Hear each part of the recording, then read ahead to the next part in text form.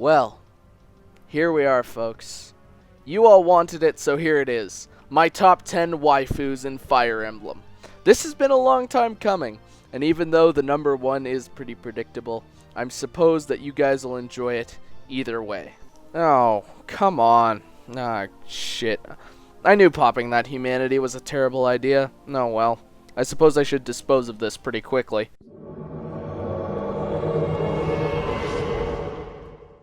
Yo, excuse me, can you direct me to a Crash X, wait, no, that isn't right, Blazing Night? Guy said FE6 was the worst GBA game for Fire Emblem, and I gotta shove 11 sword up his, gotta pay him a visit. Wrong world, bud. What the fuck am I supposed to do now? Well, I guess you're here now. Didn't you mention Fire Emblem a little bit ago? Something like that. Well, did you hear there was going to be a Gaiden remake? And hopefully it's going to be the savior of the series. The train station's over that way, and you're a bit late. And what makes you think this won't be Fates 2.0 anyways? Because, Omni, if this game sucks, the fanbase will go to shit. We'll build a huge multi-tiered offshore high school where we fabricate synthetic clothing that enhances strength, giving it to Fire Emblem noobs and watching them fight battles to the death in order to receive better living conditions, and only when a Japanese girl with a pair of scissors decides to play the old games and fight for their return in a Villain of the Week format will the veterans ever have their final retribution. I think you've lost your way. Don't lose your way. Your mind. Well, it seems like you've bitten off a bit more than you can chew. Well, should I inform the viewers of what happened?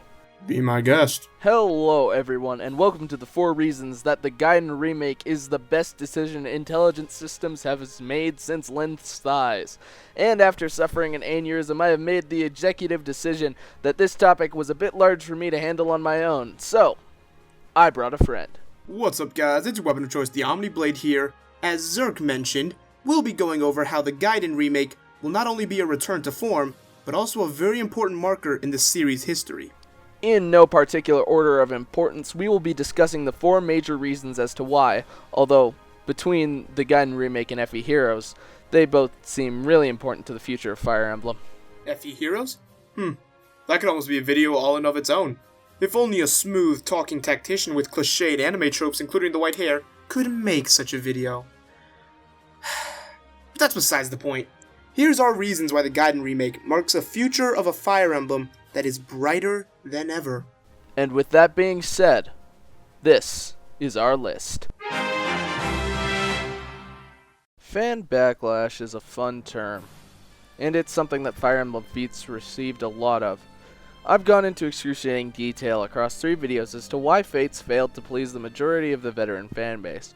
Well, not as bad as some make it out to be, and actually trying to improve on complaints that the developers received from Awakening, Fates still made many of its predecessors' mistakes, and a slew of new ones as well. What makes little sense is that even with Awakening's lukewarm reception from the veteran fanbase, many longtime fans citing the overall weak and underdeveloped story, terrible antagonists, and overall tonal shift compared to the rest of the series, Fates, while fixing the gameplay and having exactly 4 characters who were up to par with the likes of Hector, Lyn, and Erica in terms of being well written, a good percentage of the cast took a nosedive into anime bullshit. Given that, Fates' plot an incoherent mess of underdeveloped ideas, characters, and villains, with more wasted potential than the Matrix sequels, those like myself who went into Fates thinking it would be a game to fix Awakening's missteps were completely disappointed. The veterans, who make up a damn good chunk of the fanbase, weren't happy. Even some of the Awakening fans who felt duped by Fates would not tolerate a 3rd Fire Emblem game with a mediocre story, bad villains, and a main character who makes me question if Kirito was actually well written by comparison. Given FE7's international sales, about 750,000 units, this is a lot of possible money, all lost from veterans opting out of your game. Granted, Fates sold like fucking hotcakes, but the sales figures combine all 3 versions, and when you consider the average buyer bought 2 pathways, the amount of people playing Fates isn't as high as the numbers make it out to be. The veterans, as the most loyal and hardcore Fire Emblem players, are a huge chunk of an audience Nintendo cannot afford to lose. Thus, a remake is possibly the safest bet Nintendo could have gone with. It offers two major advantages. Firstly, by localizing an unreleased game, veteran attention goes through the roof, and you also get the majority of the fanbase, Awakening and Fates weebs, to have piqued interest in the series past, increasing virtual console demand for games like FE7 and FE8. Realistically, it is a very safe bet that this game will sell well and please the seemingly unpleasable veterans. And if we're being honest, who wouldn't buy this game? It looks too damn pretty! Fun fact, Gaiden was a weird game. It did many things that, aside from everyone's favorite boat chapters, never really came back. Dungeon crawling, village exploration, and having only half as many chapters yet 3 times as many required battles as any other Fire Emblem game, not called Genealogy or the fan favorite, have not shown up in an FE game since. Echoes, depending on how much it sticks to the original Gaiden and how well they refine Gaiden's systems, will probably be a game with a large focus on experimental gameplay features that, if done correctly, could mean greatness for things going forward. Take for instance the dungeon crawling aspects. If handled correctly, they could make Echoes the most content-heavy FE game ever to be released.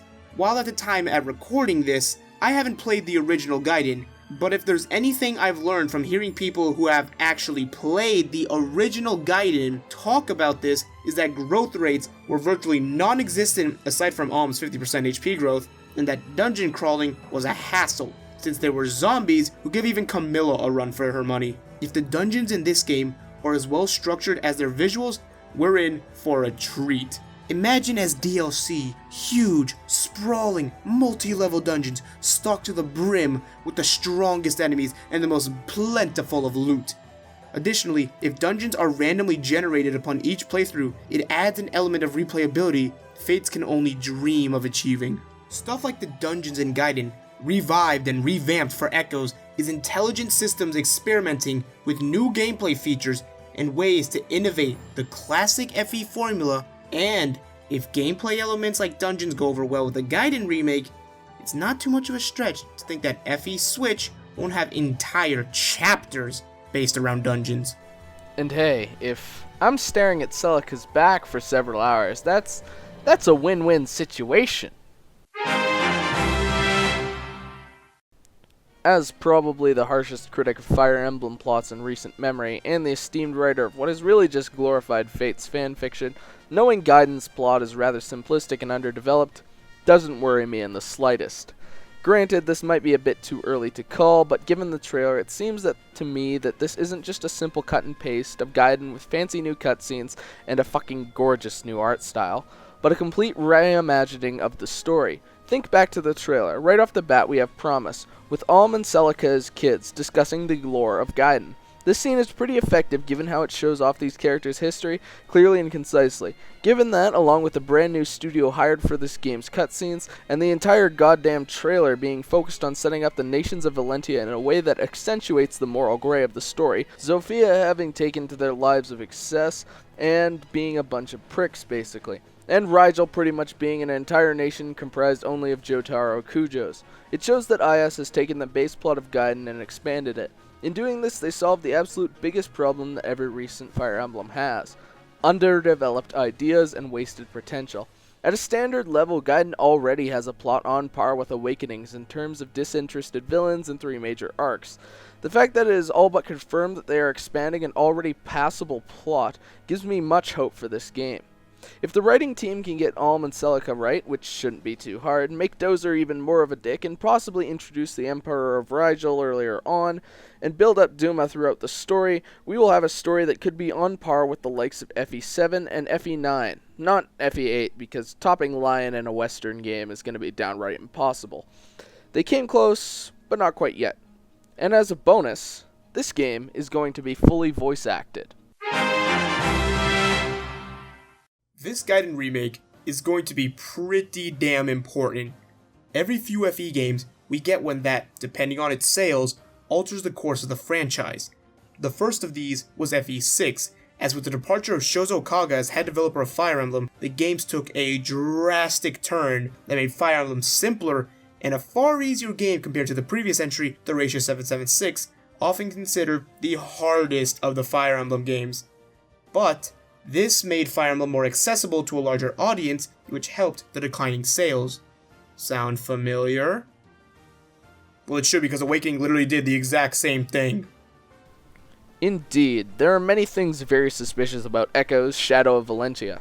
Firstly, the fact that it effectively has two subtitles, Echoes and Shadows of Valentia. Echoes obviously referring to how this is a remake of a past Fire Emblem game, and Shadows of Valentia in reference to what might have been Gaiden's official English title once upon a time. The possibility of Echoes being a sub-series, while a theory I'm not as certain on compared to others, sounds reasonably likely. And you know what? Fire Emblem Echoes Relics of Alib just sounds badass as hell. And you know, given the hints, I'm surprised we didn't see a Gaiden remake coming. Fates had infinite weapons, something already introduced in Gaiden, and Awakening's second act pretty much gave Gaiden the good suck. Starting out with a boat chapter and a half, even a visit to Valentia itself, now called Valm for some reason. Not only that, but this game's short turnaround is pretty suspicious as well.